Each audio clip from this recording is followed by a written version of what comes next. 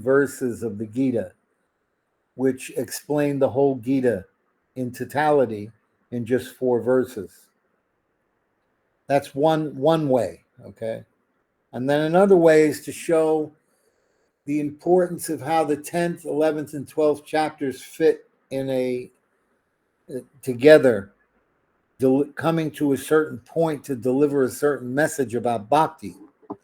So tonight I'm going to talk about the Chatur Shloki of the 10th chapter, and we're just going to concentrate on that, just those 4 verses. And then tomorrow night, I'll talk about the interconnection information that we receive by studying the 10th, 11th, and 12th chapter as a whole, as a group. Just like last night we studied 7, 8, and 9. Then there's also 10, 11, 12. So there's 2 separate lectures discussing the symbiotic relationship between the first 3 chapters and then the symbiotic relationship between the last 3 chapters of the central part of the book that is teaching about bhakti, the middle 6 chapters, okay? But the 4 verses, the Chatur Shloki, that talk about the entire Gita, basically, the essence of the entire Gita is being explained in these 4 verses. So we're going to discuss that tonight. That's what we're going to discuss. So that starts with verse number 8. So verse number 8, 9, 10, and 11. This is called the Chatur Shloki, or the 4 verses that explain the essence, the essence of the Bhagavad Gita, so that you understand what the actual important essence of the Bhagavad Gita is. Furthermore, different acharyas who write different commentaries look at the essence of the Bhagavad Gita from different angles of vision. And we're going to see that Srila Prabhupada has one perspective on the Chatur Shloki, and that Srila Sridhar Maharaj has another perspective on the Chatur Shloki. And they each will look at the 4 verses from a different perspective, a different point of view. And this is the beauty of reading the different commentaries of the different acharyas. Just a word about Srila Sridhar Maharaj's commentary. When he first wrote it, he wrote his commentary during the time that Srila Prabhupada was on the planet. And one time Srila Prabhupada went to visit Srila Sridhar Maharaj. And when he went to visit Srila Sridhar Maharaj and Srila Prabhupada told all their disciples they had to leave the room. And then the 2 of them discussed these 4 verses of the Bhagavad Gita. And then when Srila Prabhupada came down, Achyutananda asked him, what did you discuss up there with Srila Sridhar Maharaj? And Srila Prabhupada said, I discussed the Bhagavad Gita with him. He explained to me his commentary on the Bhagavad Gita. So Achyutananda asked him, so what is it? What was the discussion about? And Prabhupada said, if I told you, you would die. Because we were very young and we couldn't understand the depth of what Srila Sridhar Maharaj was explaining. So we're going to start out with this verse number 8, 9, 10, and 11, the 4 verses of the Bhagavad Gita, the Chatur Shloki. We're going to start out with verse number 8, and we're going to look at the way Srila Prabhupada presents verse number 8 and what it is that he's trying to explain in verse number 8. Aham sarvasya prabhavo mata sarvam pravartate iti madva bhajante mam buddhabhava samanvita. I am the source of all spiritual and material worlds, Everything emanates from me. The wise who know this perfectly engage in my devotional service and worship me with all their hearts. A learned scholar who has studied the Vedas perfectly and has information from authorities like Lord Chaitanya, and who knows how to apply these teachings, can understand that Krishna is the origin of everything in both the material and spiritual worlds.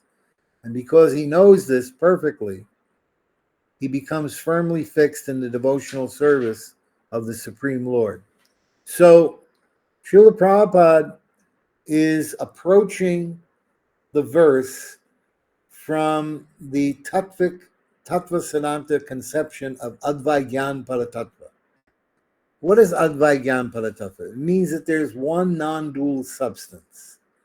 And the one non-dual substance can be understood in various different manifestations. This verse is in the 11th verse of the 3rd chapter of the 1st canto. Vedanti tat tattva vidas tattvam yaj jnanam advayam brahmeti paramatmeti bhagavaneti shabdate. So Vedanti tat tattva vidas, those who are learned in Vedanta, who know the Vedanta properly. Vedanti tat tattva vidas. Tattvam yaj jnanam advayam. Advaigyan paratattva. Tattvam yaj jnanam advayam. They know perfectly well that this Gyan Advayam, or this Advaigyan Paratattva, this non-dual substance, is the source of everything material and spiritual. And they understand that the Advaigyan Paratattva is manifest in 3 different phases. Brahman, the effulgence of Krishna; Paramatma, the all-pervading feature of Krishna in the universe; and Bhagavan, the Supreme Personality of Godhead with 6 opulences. Brahmeti, Paramatmeti, Bhagavaneti, Shabdate. So Srila Prabhupada is approaching this verse from the perspective of Advaigyan Paratattva, because with Advaigyan Paratattva, it's understood that Krishna being the source of everything, there's nothing separated from Krishna. You can connect Krishna to Balaram, and Balaram to Sankarshan, and Sankarshan to Mahavishnu, and Mahavishnu to the glance, to the manifestation of the Brahmandas. And you can connect Krishna to Radha, and Radha to the Shaktis, and from Rama Devi comes the shadow, Durga Devi, and from Durga Devi comes Pradhan, and from Pradhan we get all the unmanifested material elements, which are motivated by the action, by the glance of Mahavishnu, and so then they become functional. So in this way, we understand that from the top to the bottom, nothing is separated from Krishna. That's the first principle of Advaigyan Paratattva. Nothing is separated from Krishna.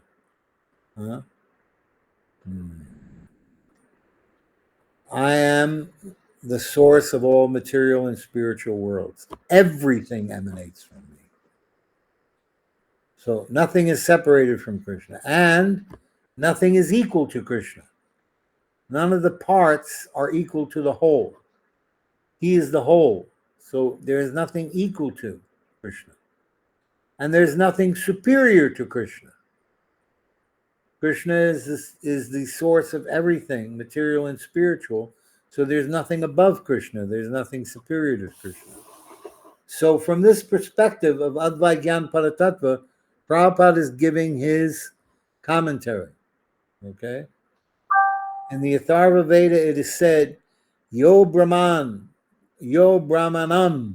vidati purvam yo vai vedamscha gapayati sma Krishna. It was Krishna who in the beginning instructed Brahma in the Vedic knowledge, and who disseminated Vedic knowledge in the past. So here Prabhupada is giving a verse from the Atharva Veda. Why? because there are two classifications of scripture, Shruti and Smriti. And everyone accepts Shruti. Shruti means the 4 Vedas and the 108 Upanishads. But Smriti means the Puranas, the 18 Puranas, and also the Itihasas like Ramayana and Mahabharata. So in this way, we see that Shruti, there are some groups of people who only accept Shruti. They only accept the spoken word, the heard sound from the Vedas. So therefore, Srila Prabhupada begins by giving a quote from the Vedas about the authority of Krishna as the source of everything material and spiritual. It was Krishna who in the beginning instructed Brahma in Vedic knowledge and who disseminated Vedic knowledge in the past. So he establishes the authority of Krishna based on Shruti, meaning Vedas. Then he gives another verse from the Vedas.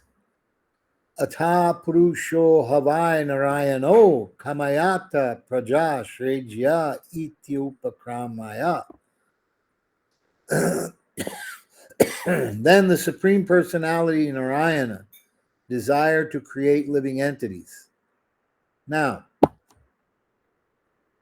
Srila Prabhupada interchanges Narayan with Krishna, the word Narayan with Krishna. Why is this? Because there are 64 qualities of the Supreme Personality of Godhead, Krishna. Okay? Of those 64 qualities, the jivas, like us, have 50 qualities. Then Brahma and Shiva have 55 qualities. And then Narayan has 60 qualities. So of the 5 qualities that Narayan has, one is that he is the source of unlimited universes from his body. Dandat Pranam Maharaj-ji. Dandat Yes. Pranam Maharaj-ji. Dandavat. What? Dandavat. Okay. So he is the unlimited source of universes. So Krishna is also unlimited source of universes. So therefore, when he talks about the personality of Godhead, Narayan and Krishna are both the personality of Godhead, the source of the universes. So for this particular verse, Aham Sarvasya Prabhavo Mata Sarvam Pravartate, I am the source of everything material and spiritual. Narayan and Krishna are interchangeable. But the other 4, there's 4 more qualities, okay? Remember, Krishna has 64 qualities. There's 4 more qualities. Those 4 qualities really have to do not with Advaigyan Paratattva, but with Rasa Tattva.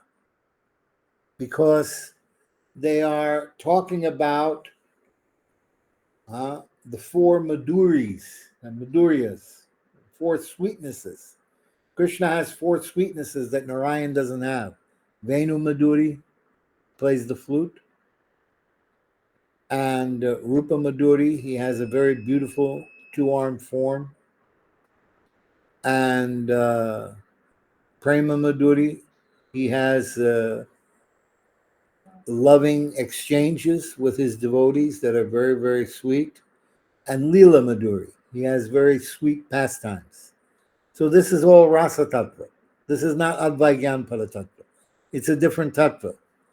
So when it comes to speaking about Aham Sarvasya Prabhavo Mata Sarvam Pravartate, Narayan and Krishna, the 2 names, the 2 aspects can be used interchangeably.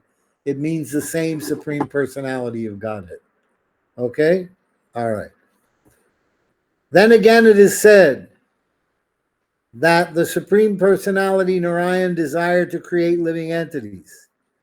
Again, it is said, Narayanad Brahma Jayate, Narayanad Prajapati Prajayate, Narayanad Indro Jayate, Narayanad Astavasavo Jayante, Narayanad Ekadasha Rudra Jayante, Narayanad Dwarasa Aditya. From Narayan, Brahma is born. From Narayana, the patriarchs are also born. From Narayan, Indra is born. From Narayan, the 8 Vasus are born. From Narayan, the 11 Rudras are born. From Narayan, the 12 Adityas are born. It is said in the same Vedas, Brahmanyo Devaki Putra, the son of Devaki, Krishna, is the personality of Godhead. Now, remember also that Devaki means Devaki, who is Vasudev's wife, but Yasoda's another name is also Devaki. So whether we're talking about the manifestation of Mathurish, Devaki Putra, or the manifestation of Brajendranandan Sham, Krishna, is also Devaki Putra from the womb of Yasoda. Okay? So,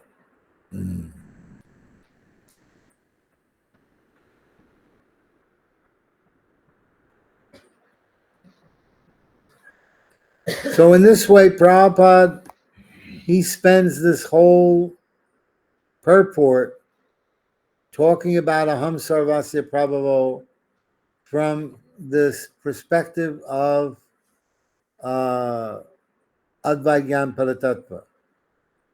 Lord Krishna is the source of all generations, and he is called the most efficient cause of everything. He says that because everything is born of me, I am the original source of all. Everything is under me.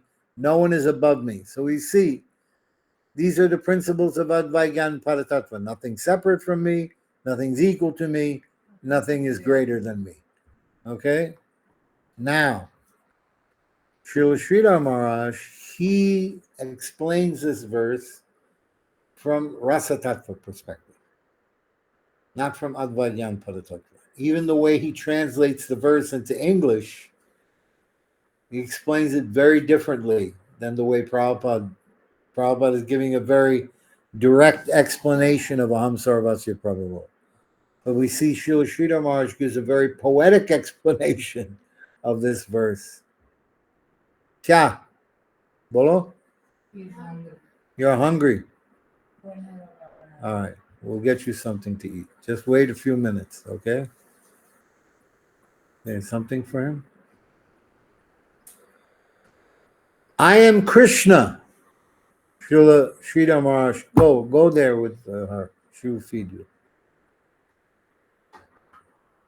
So then, Srila Sridhar Maharaj explains the verse like this.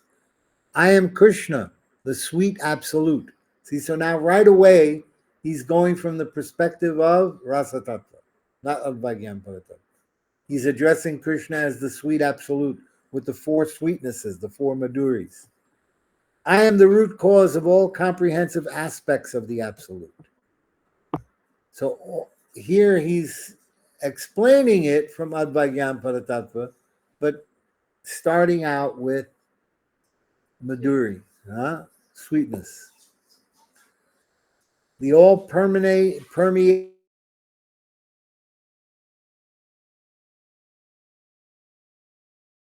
aspect of the absolute, the master of all potencies, who commands the respect of everyone, Lord Narayan in Vaikuntha.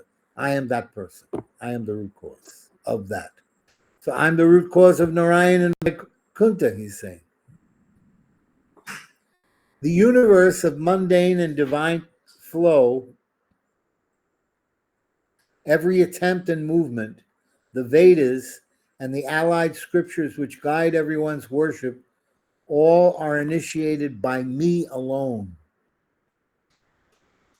Realizing this hidden treasure, the virtuous souls who are blessed with fine theistic intellect surpass the standards of duty and non-duty and embrace the paramount path of love divine, Rag Marg, and adore me forever. So here we see that he starts out with Rasa Tattva and he ends with Rasa Tattva. And in between, he explains that the Lord of Rasa Tattva is actually the source of everything opulent. Narayan, the universes, the living entities, everything of opulence comes from that sweetness, that madhuri. Huh? So now he's going to explain the importance of some of the words that are used in the verse from a very different perspective of the way Srila Prabhupada explained it.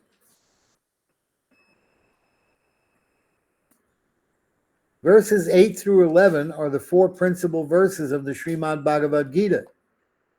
The ontological substance of the entire book is contained within these four essential verses, beginning with Aham Sarvasya Prabhavo. Everything emanates from me. In the Srimad Bhagwatam 1 to 11, the three main conceptions of the Absolute are given as Brahman, Paramatma, and Bhagavan. I quoted this verse before, 1 to 11. I said 1 3 11. It's 1 to 11. And the verse is Vedanti tat tatva vidam tatvam yajnanam advayam brahmeti paramatmeti bhagavaneti shabdate. So he says here in verse 1 to 11, the three main conceptions of the Absolute are given as Brahman, Paramatma, and Bhagavan. Brahman is the all-comprehensive aspect of the Absolute. Paramatma is the all-permeating aspect of the Absolute. And Bhagavan is the personal conception of the Absolute. The general definition of the word Bhagavan is given.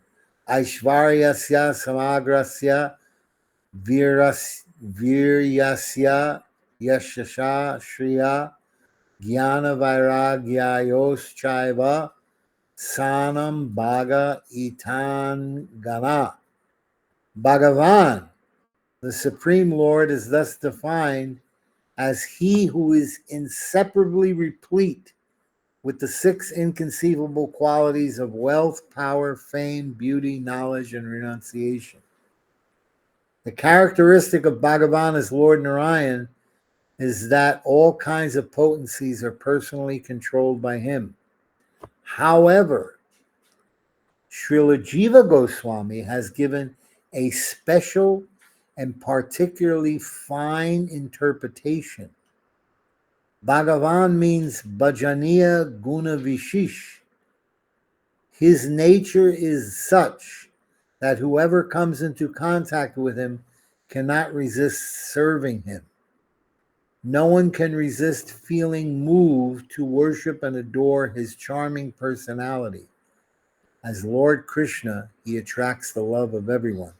So here he's making the distinction between Narayan and Krishna. Narayan has all these opulences. Krishna also has those opulences. But Krishna has this special quality that no one can resist feeling moved to worship and adore his charming personality, which is Rasa Tattva. Whether you're in Dasiras as a servant to Krishna, like Raktak and Patrak, helping to dress him in the morning, or whether you're like Sridham and Subal wrestling with Krishna in Dasiras, or whether you're like Mother Yasoda and feeding breast milk to Krishna and embracing him, Vatsalya Ras, and or whether you're like the gopis, who are embracing and caressing Krishna, or like the manjaris who are serving Srimati Radhika. Whatever is in every way, the nature of Bhagavan, Sri Krishna, the two-armed form of Krishna, is that no one can resist. Yes, thank you.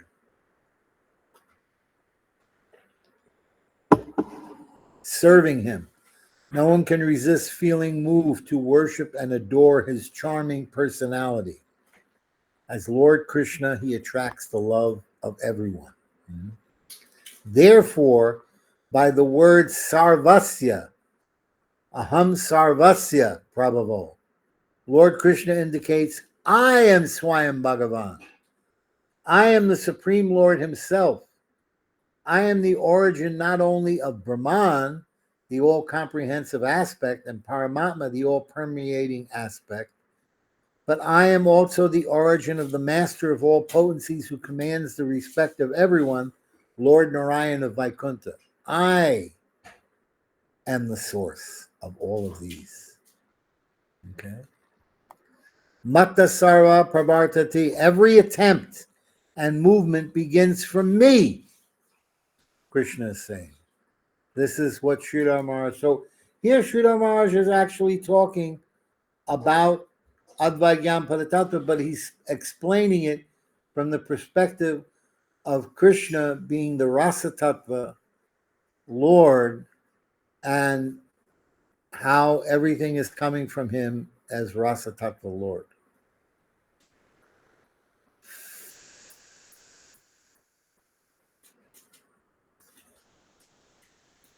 The Lord cannot be known by copious logic, intelligence, or deep study of the scriptures, but he reveals himself personally to the soul who, having become eager to engage in his devotional service, prays to him for his mercy.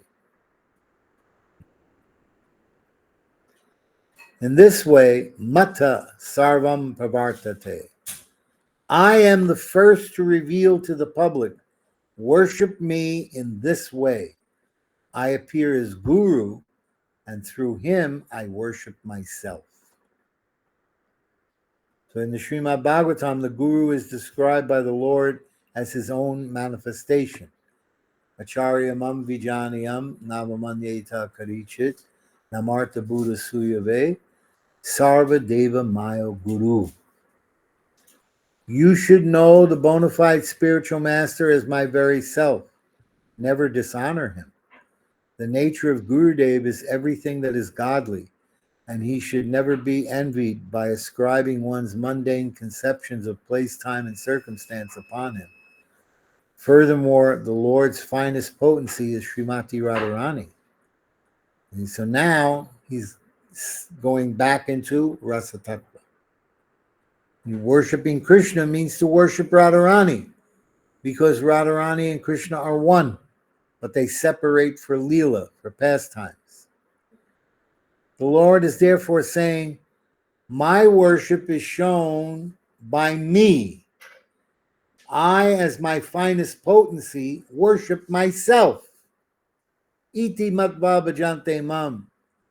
Understanding this conception, the devotee will come to worship me always under the direction of my best worshiper, my finest potency and representation, Radharani or Gurudev. Crossing her, the highest and most desirable form of service to me, is not possible. We cannot serve Krishna better than by serving Srimati Radhika.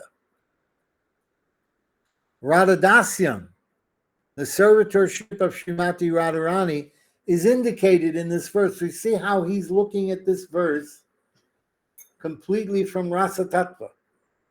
Now, he's taking this verse into the mood of Rasa Tattva and showing how by worshiping Srimati Radharani in Radhadasyam, that you are worshiping the Supreme Personality of Godhead, Krishna.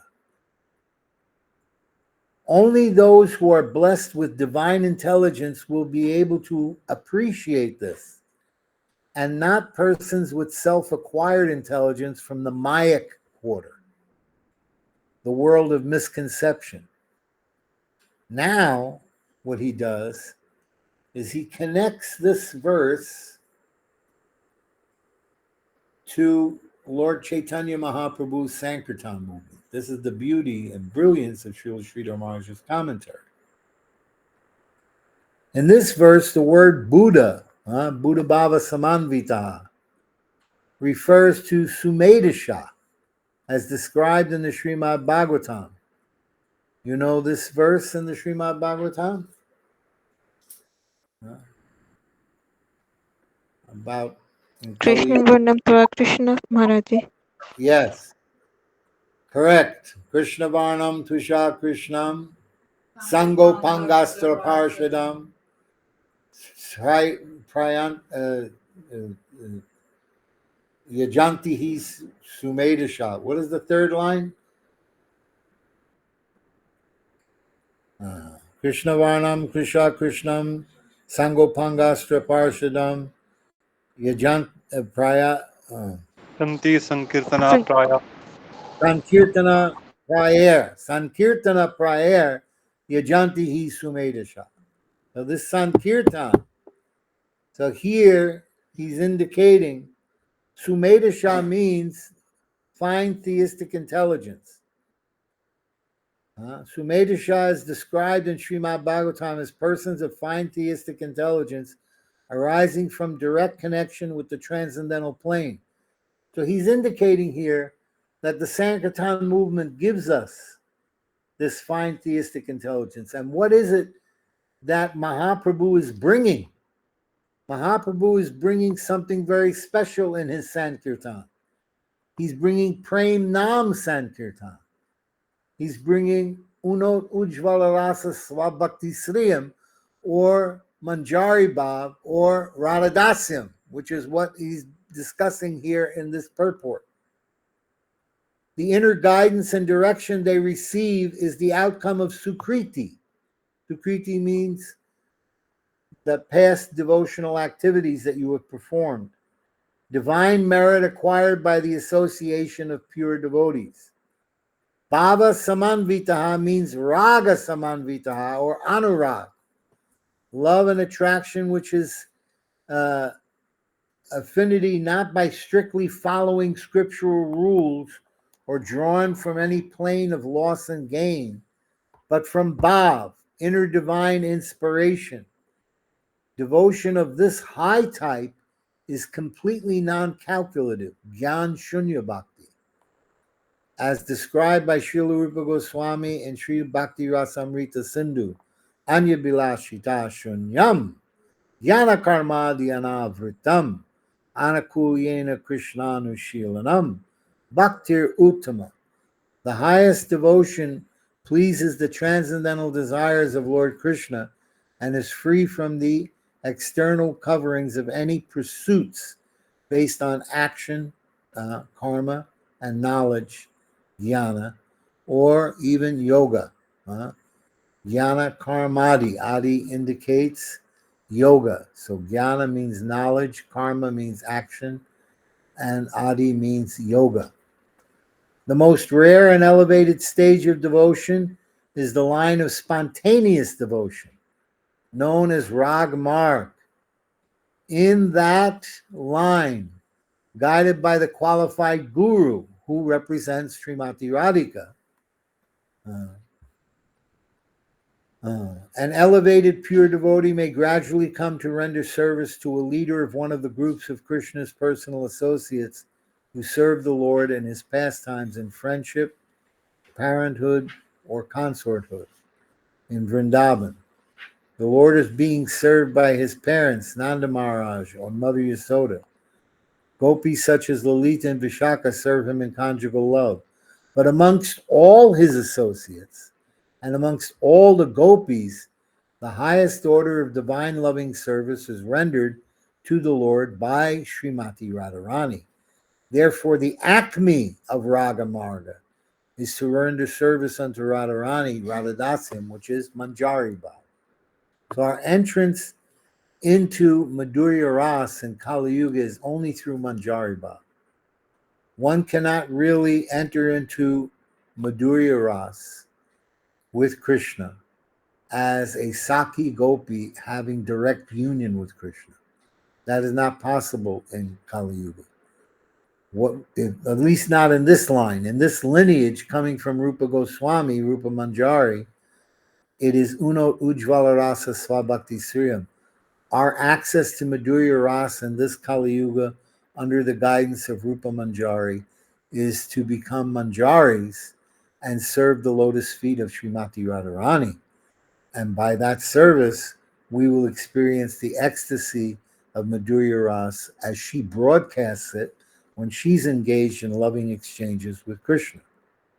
This is the highest goal, he says, Radhadasim. Therefore, the acme of Rag Marg is to render service unto Radharani, Radhadasim.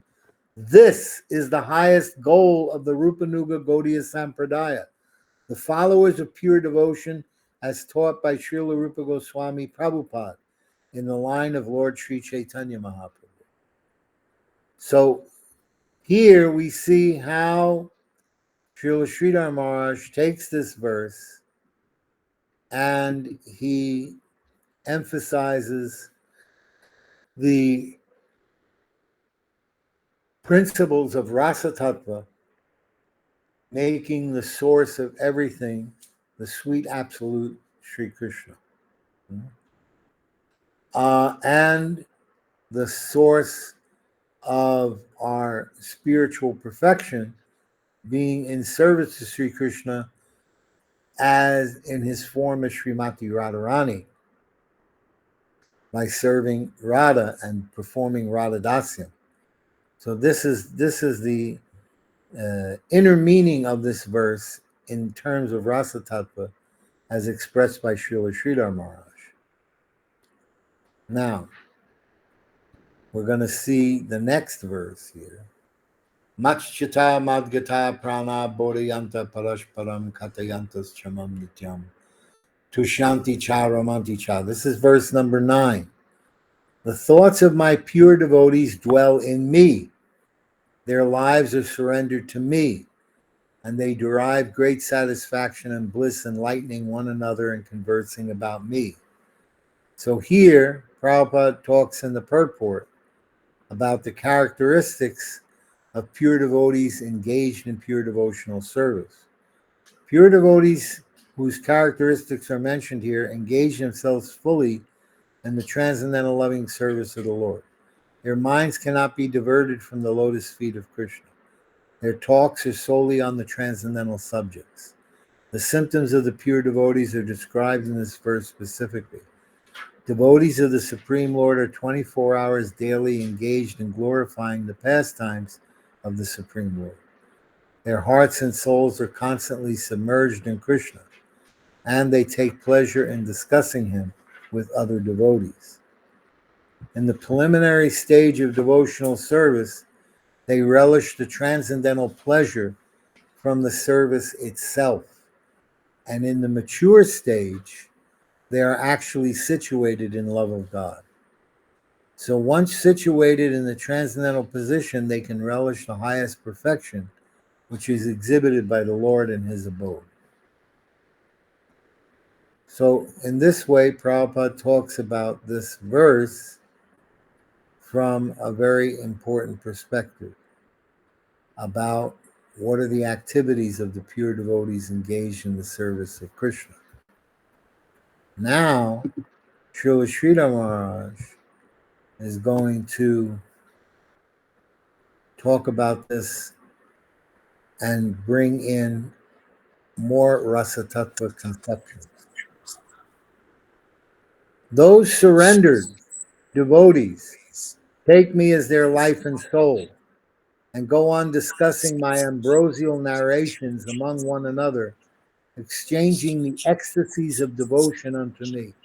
Try to remember that in reading a book or even hearing a lecture on a video, not a living lecture, not like I'm giving you a lecture now, but listening to a video, you get transcendental knowledge, okay? But here, in this verse, Srila Sridhar Maharaj is bringing out the point that my ambrosial narrations among one another, exchanging the ecstasies of devotion unto me, that when a pure devotee speaks and you hear the transcendental sound vibration from his lips explaining about the pastimes and activities of the Supreme Lord, the moods of the inhabitants of Braj are transferred from the heart of the pure devotee to the heart of the listener. The ecstasies are exchanging ecstasies, sharing with one another, narrations among one another, exchanging the ecstasies of devotion. Pure devotees exchange ecstasies of devotion with each other by hearing that sound. This transcendental sound vibration communicates the ecstasy. Here's an example, okay?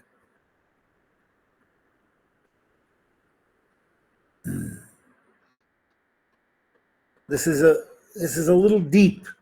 So you have to listen very carefully about all this. I've talked about this before, about the external material body, right? That inside the external material body, you have the subtle body, mind, intelligence, and false ego. There's another body, another very subtle body, called the koshik body. Kosha. The koshas. And there's 5 koshas.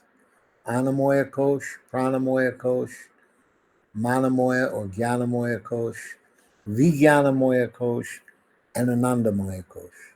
I was telling you about this the other day. Okay. Now, how that relates to sound. Okay.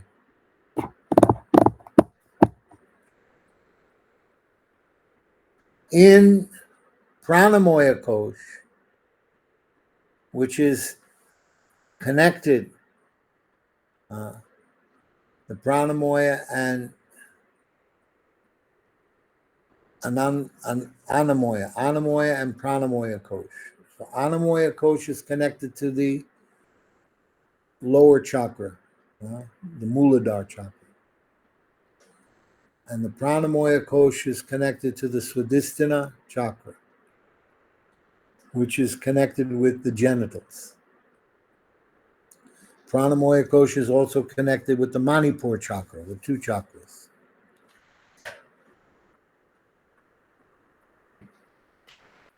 A girl sees a boy and becomes attracted to him. And the boy sees the girl and becomes attracted to her. Inside, they're building up some mood, some desire. Oh, she looks so nice. I want to touch her, talk to her, and do all these things. Or the girl is thinking, oh, he's so handsome. So like this, they're building up some mood inside. And that mood is affecting the hormones in those chakras and in that kosha. You understand? So now, at some point, they say the word, I love you. You could read those words in a book, but nothing will happen. But when she says those words to you, or he says those words to you, it carries with it the mood, the mundane material mood. And that mood touches your pranamoya kosh. And then you feel something. Oh, I love you. Oh, what is that? This is the this is the mundane material modes of nature, huh? So just like those moods can be transferred from one person, from the girl to the boy, or from the boy to the girl. Similarly, the ecstasies of devotion in the hearts of the pure devotees can be transferred from the heart of the pure devotee to the heart of the listener. You understand? Therefore, he says, my ambrosial narrations among one another, exchanging the ecstasies of devotion unto me. They constantly relish the nectar of their realized divine relationships with me and their respective internal natures of servitorship, friendship, parenthood, or consorthood. Now, he says here that what is the meaning of Machchita Madgata Prana? Now he gives his explanation. I am in their heart of hearts, in their every thought. Their entire energy, their whole life is dedicated to my satisfaction. In private life, they converse about me to mutually enlighten one another. And in public life also, they always love to talk about me and nothing else. For every time, place, and circumstance, I am the only subject of their discussion. Tushyanti, they find very much satisfaction up to the divine relationship of parenthood. So he's ascribing Tushyanti-cha, Ramanti-cha is the last two words in that verse. He's saying this means Vatsalyaras. There is a feeling of satisfaction of Vatsalyaras, Tushyanti-cha. Furthermore, Ramanti-cha, just as a wife enjoys conjugal relationships with her husband, similarly, the devotees feel such ecstasy in my intimate company when speaking about me. This has also been explained by Srila Baladeva Vijibhushan and Srila Bhaktivinoda Thakur. So Ramanti-cha has to deal with the ecstasy of wedded love between Krishna and his queens, in this particular aspect. Now, you want me to go on? Because it's 9 o'clock already. Should I continue? I want to hear what you have to say. Do you want me to continue? Yes or no? Tell me. Please Everybody. continue, Maharaji. Yes, Maharaj. Okay. Now, Prabhupada talks about the 10th verse. Kesham satata yuktanam bhajatam priti purvakam dadami buddhi yogam tam yenamam upayanti te. To those who are constantly devoted and worship me with love, I give the understanding by which they can come to me. So in this verse, the word buddhi yogam is very significant. You remember how in the second chapter of Gita, 38th verse, or 39th verse, 38 or 39, I don't remember.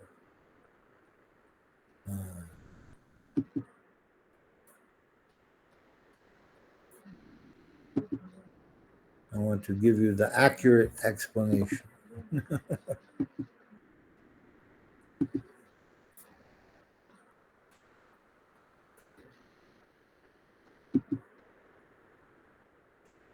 Thirty-ninth verse.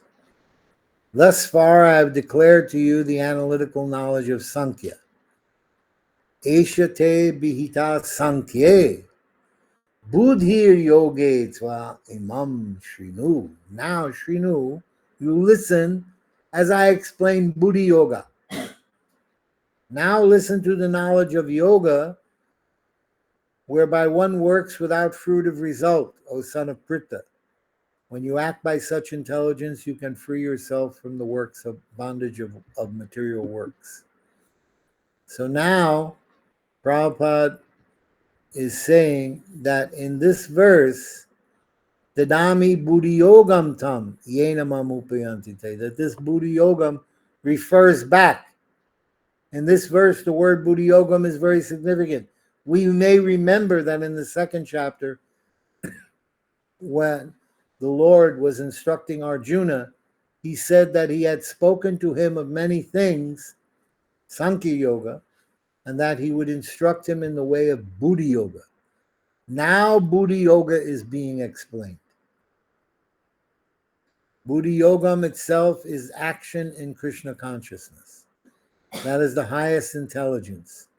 Buddhi means intelligence and Yogam means mystic activities or mystic elevation. When one tries to go back home, back to Godhead, and takes fully to Krishna consciousness and devotional service, this action is called Buddhi Yogam. In other words, Buddhi Yogam is the process by which one gets out of the entanglement of this material world. The ultimate goal of progress is Krishna. People do not know this. Therefore, the association of devotees and a bona fide spiritual master are important.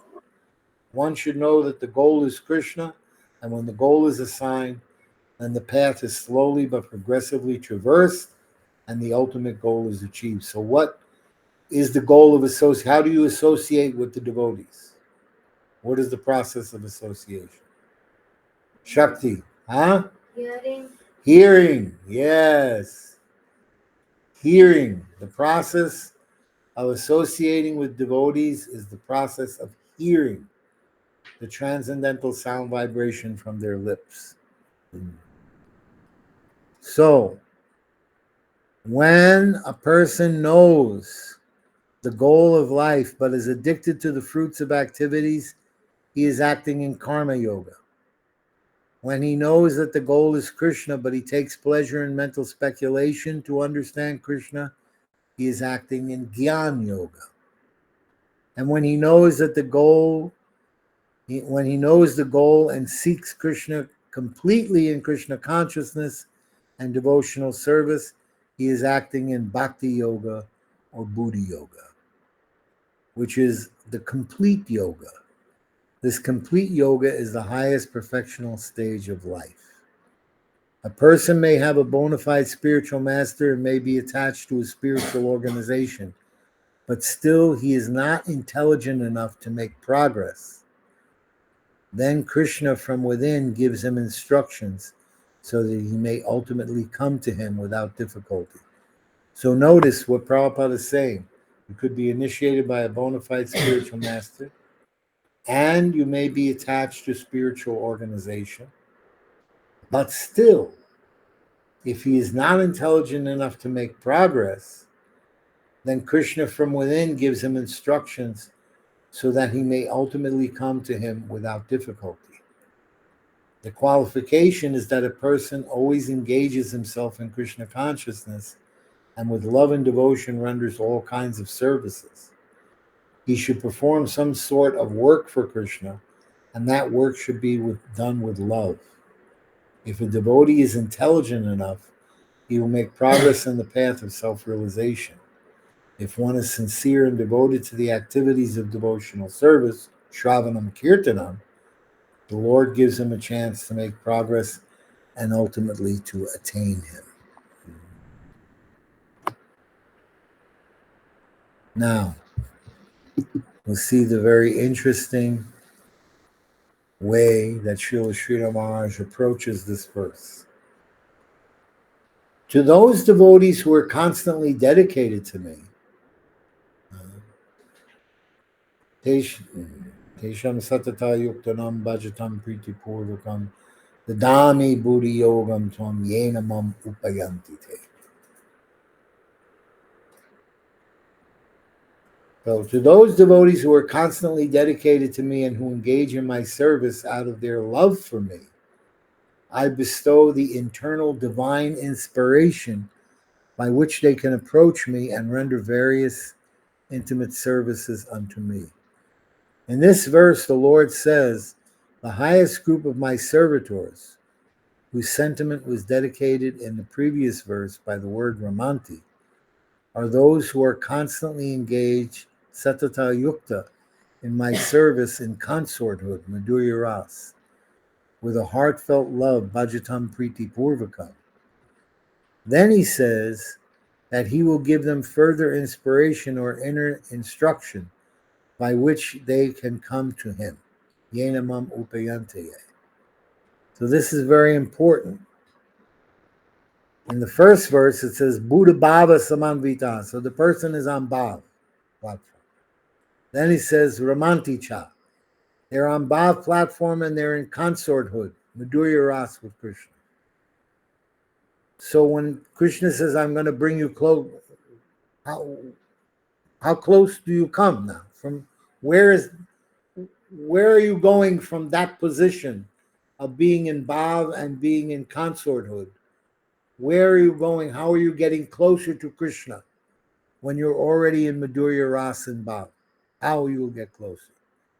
When already in this and the previous verses, the devotee service to the Lord has been described as eternal by the words Nityam Satata Yukta, Lord Krishna's statement that he will give them further inspiration by which they can come to him appears to be redundant. Therefore, in the expression Mam upayante te, they will come to me, the word upayante must be defined as parakiya bhavena upapati. Now Srila Maharaj is changing the word in the verse from upayanti to upapati. He's saying that pati means husband, and upapati means paramour. For those who have already come into a divine relationship with me as a wife, Ramanticha, I give them the special inspiration to come to me as a paramour, as a gopi, upapati.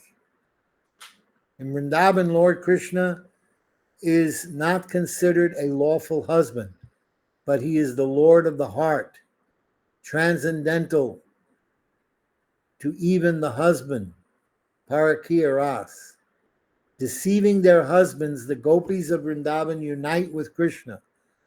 They do not allow a second party to come between them and Krishna. They cannot allow the interception of even scriptural regulations and social law, because Krishna's position is absolute, and such a relationship is more relishable to him. It's more relishable to him when the love is paramour love than wedded love. This is Vrindavan Bhadram, and this is the meaning of upapati. Vikraditim Rajavadu Bir Idam Cha Vishno Shradanvito Nursayad Atavanayad Ya Bhaktim Param Bhagavati Pratilabhya Kamam Ridrogamasva Apnoti Acharena Dira.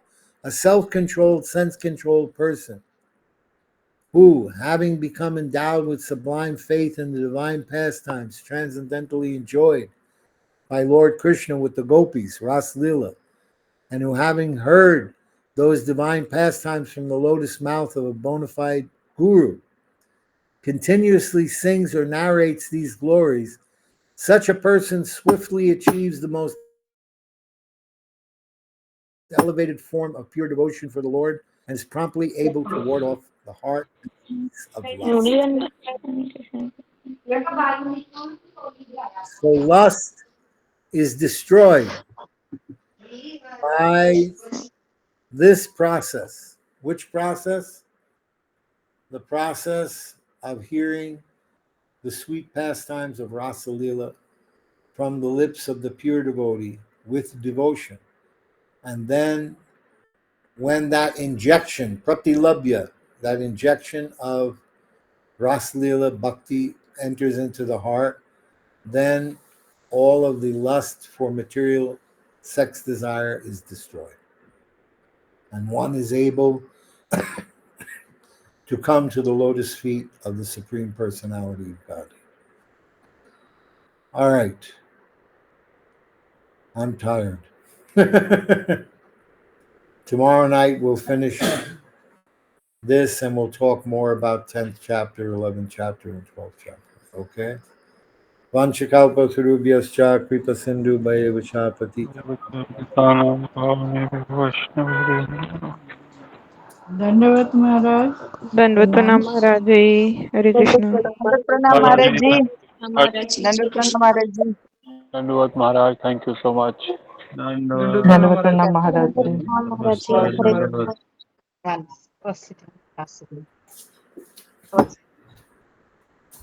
Hare Krishna. दंडवत प्रणाम महाराज जी, दंडवत प्रणाम। जी